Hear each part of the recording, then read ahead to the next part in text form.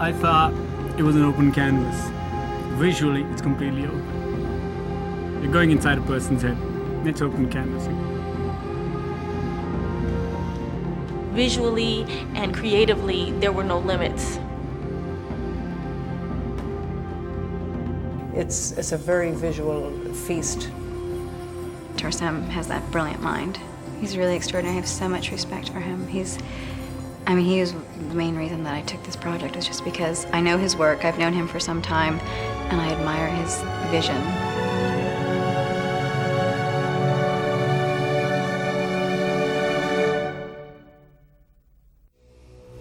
I was standing in as a lecturer for a couple of semesters at the Art Center in Pasadena, and Tarsem was one of the students.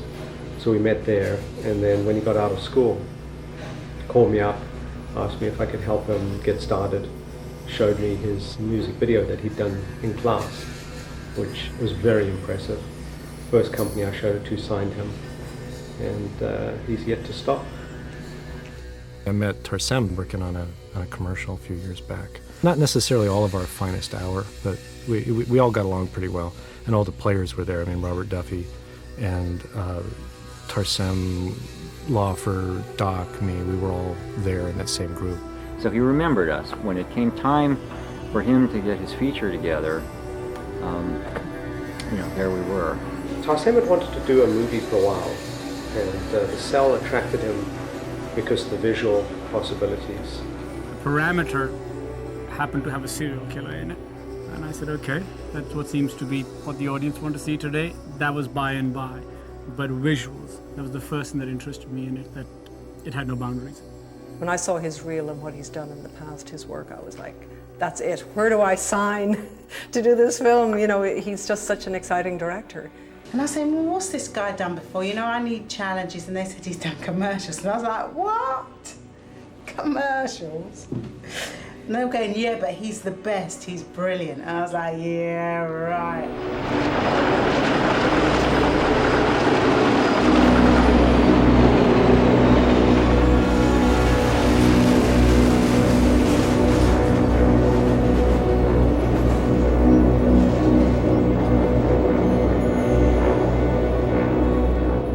Good boys, excellent crane move.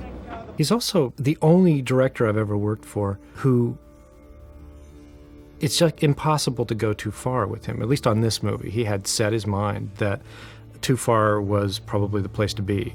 I always say if it's just ridiculous, it's bad. If it is ridiculous, it's okay. If he sees something that I do creative, he may just say, that's great, but can you go further? Usually with a director, you try to get an approval out of them with sort of a Boolean search. You try to go too far, and then you go halfway between there, and you find out where you need to be. And if you don't go too far, nobody's happy with it because they don't know if you went far enough, right? Well, you'd go too far, and then he would say, well, could you do this? And that was that direction from too far. You try to jump farther yet, and he'd say, well, that's good, but how about, and we just kept going. Most of the time, we never got too far for him. He's not afraid, and he's got that very kind of Baroque, mad sensibility, so it's a great sort of arena to be pushing. I remember Michelle Burke and I having long conversations in Namibia about how fun this movie was, because it was just no holds barred. You'd have an idea, and he would say, yeah, that's great, and what more can you do than that? And off we went, we'd come up with bizarre things that we hadn't really done before. I don't think everybody really believed when Tarsem said you can't go too far until we were practically over with it, and they found that they'd all gone way farther than they ever thought they could. And there they were, and he was still asking for more.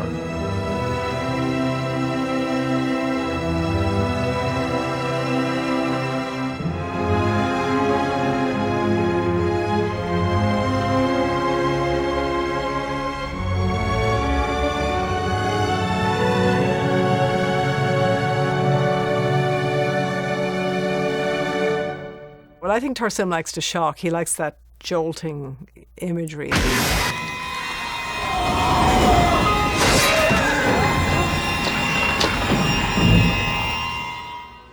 We set to, me and my team, to do the body for the morgue, and they told us they were going to take close-up shots of parts of her and parts of two other people that we did that same day for, mug shots on the wall of the FBI center to show you know, like of the victims he has killed and all this stuff. We saw the pictures that they did and we were like, oh my God, did we do that? It's so gross. So it's done with collodion plastic and around the tip of her nose, gelatin, lips here. We had Anne, of course, with various stages of decomposition, and the scene of her lying dead with the ants, which was, everyone was just shuddering, you know, it was just really pretty grotesque. Poor thing. Yeah. Feel sorry for me. That scene was inspired by Tarsem when he saw some forensic documentation of some police footage of some body. It was a gangland person, and they shot the body and it was lying there with the eyes open and there were ants just crawling across the face, and he was very intrigued by this image and showed it to me and wanted exactly that idea. We could have done a prosthetic head, but we didn't because we had time restraints and everything, so she agreed that she would just lie down and do it, but she was pretty brave. I've conquered some pretty big fears doing this. Yeah, you have. When I first read it, I thought that it wouldn't be very interesting to do another kind of a movie about a killer, you know. I mean, not because I've done a lot of them, but because there's a lot of them made, you know. But then I met the director, you know, Tarsem, and we had some great conversations and the ideas that he had and the way he was going to approach it and what he was going to try and get away with.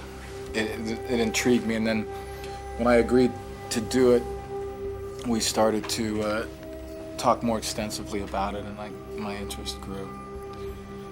D'Onofrio, I think, is actor's actor, and I didn't know to say anything more. He's this big guy, and you're thinking like, should I feel threatened or can I hit him on the head? You just didn't know which way to go with it. It just didn't eye you, didn't do anything, and he just came out as that person with the wig, and I just knew all I have to watch is that, you know, I film him, because it was just one of those things that you just record what this man is doing. You don't need to tell him anything, because he'll do it for you.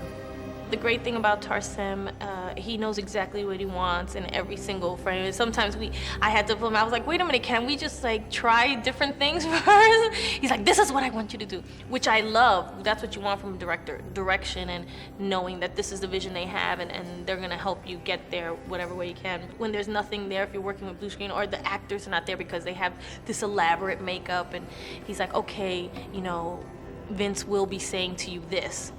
I'm on a close-up of your face. I need you to cry. You know, I'm like, okay. So hard, where you're just saying, well, stand up here. I know there's nothing in front of you, but now imagine there's a really vast space. There's only so many that you can do before, you know, it gets boring. And she was very receptive to us. And now imagine in this particular room, you're seeing a dog doing this or this thing doing that, and you had to make it up later. And those are, you have to be as trusting as you can be to the person who's telling you the visuals. And she was very. Well, I like Tarsem very much. I think he's very talented. A lot of movies that you see look like movies of the week. And one thing I'll say for him is that he's very interesting visually in where he puts the camera. And he cares about it. He's very childlike with it.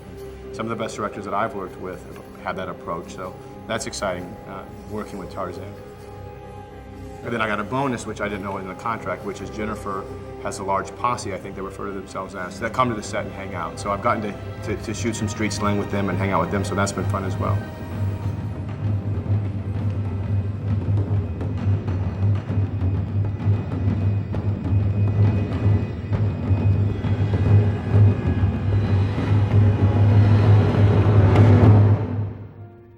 To work with him is great. I think he'll be in my journals as being one of the amazing directors that if he called, I'd perk up and get excited and want to work with him again. He's just highly visual, and he's the type that'll push you to further than you ever thought you could go creatively, and I love that. I just thought if I could pull a group of talented people that hadn't really worked together before, and we had such an open canvas, we could design something that I think would be out there.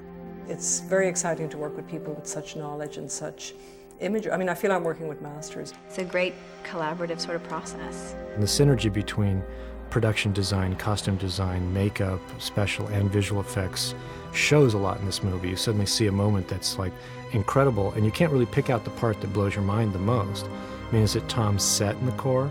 Is it Aiko's costume? Is it Booth's thing on the wall? You know, is it that look that he's got with the hummingbird on his forehead and his eyes blacked out that Michelle did? I mean, it's hard to know what of all of that is so creepy about it, but when you put it all together, it's like, you know. And that happened a lot on the cell, where everybody just dove into something, and that was the fun part about it. It was getting everybody's juices going for like trying something new and exciting and being able to go out there. When everybody adds something and it brings you to a higher height than you ever thought you could go, then that's exciting. I think the look is quite original and just asks you to take a trip. Come on in and take a trip, and it'll take you to a cool place. That's it. That's all I can ask. I'd love to get straight answers there, so we can use them. You can use this though. The kids love this shit. Yeah, but you know, on the DVD, all the behind-the-scenes stuff, it would be nice Believe if you me, could talk about. some guy would pop in the DV and say, "Thank God someone wasn't answering like a Christian athlete." That might happen too. If you could give a straight description of the movie and your character, that would be great. I gave you some straight though, didn't I? Yeah, you gave us some straight, but. You want a little more? Let's go a little more straight. Yeah. And if I throw something in there, it's not your responsibility. You did all you could. All right. Yeah. Let's give us. I'm the bad guy. Have DeLuca call me.